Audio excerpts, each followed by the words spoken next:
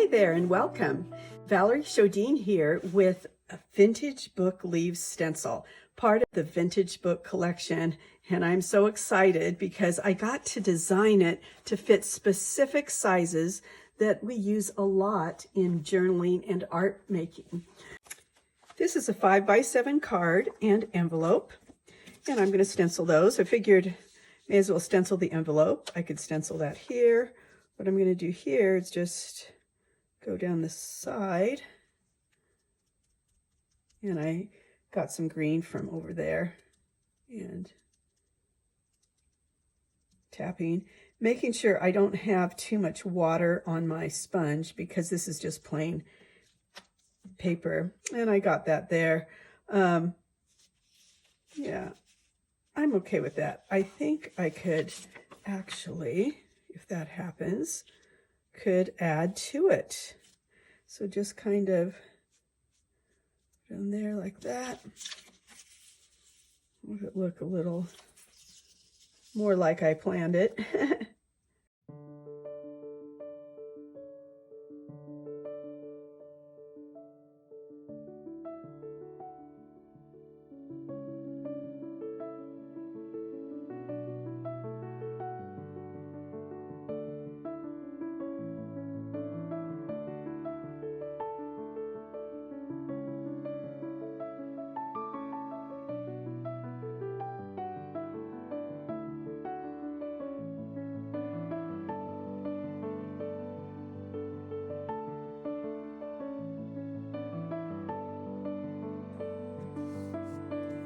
There, I like that.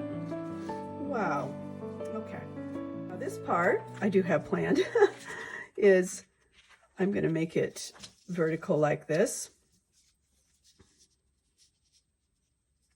And there's a pretty tight fitting because this is actually less than 5x7, but it still fits very nicely right on there. And it has the gold I had from the last bit, but I'm just going to go with that and hope that some of it comes off.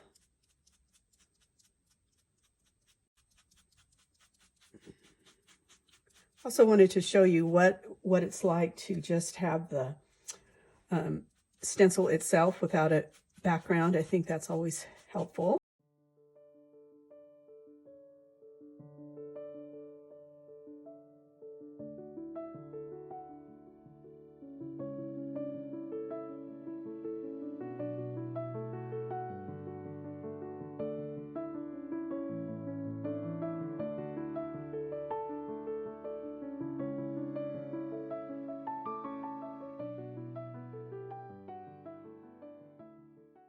So now I'm going to go darker. So now I'm going to go with it sap green. I think I'll get another sponge here. Let's try this one, because I want to cover that up. Okay.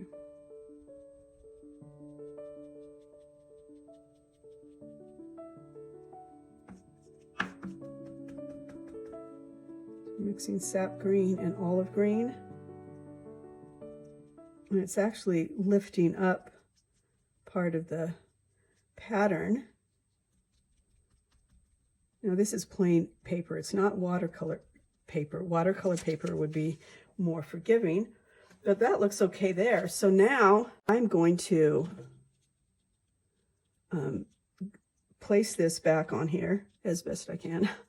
And then I'm going to take this darker green and just go around the edges to bring in some depth into the stencil itself.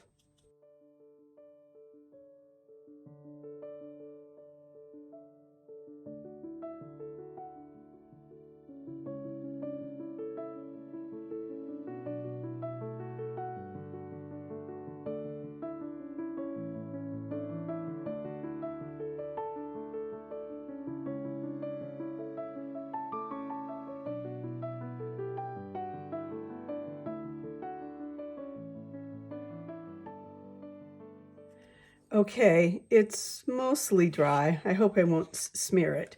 Now look, this fits in here, so I could do something there, but I'm not going to. I'm going to keep it simple. I have to tell myself that all the time.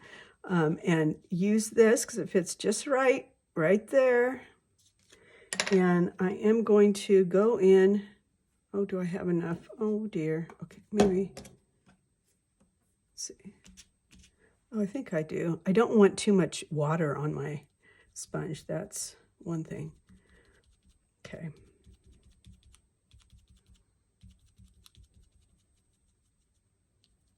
But because the gold is going on both light and dark, I do have to have enough there. Okay, I do. I might go in just with a little bit of gold where I didn't get it exactly. Of course, that's a terrible brush.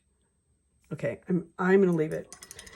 Now, this made me think, okay, wouldn't it be great if I had gold berries or dots? And I usually just use the end of my brush, which I could, but I'm gonna try, I got this new tool, these mandala dot makers, and I'm gonna try it with some acrylic paint.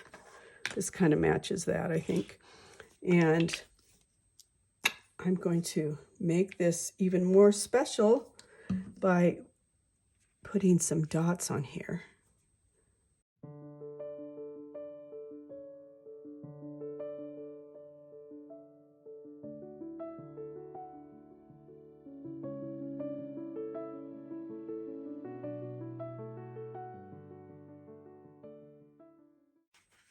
So I've done my dots here. They're still drying, and I have a smaller one.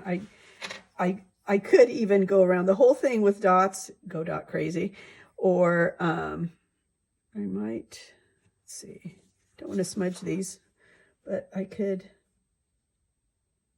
go around here with smaller dots and like that. Oh, I like that. Okay, I've gone around that with little dots, and then I can write in here.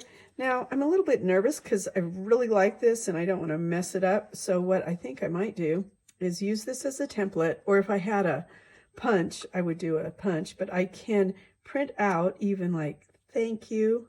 I think I'm going to give this to a friend who gave me such a funny, cute gift. And I can glue that right down on top of that once I trace it and cut it out. So anyway, this is a great base for a card with the envelope. Oh, I think I'll add some dots to that too while I have the paint out. Okay.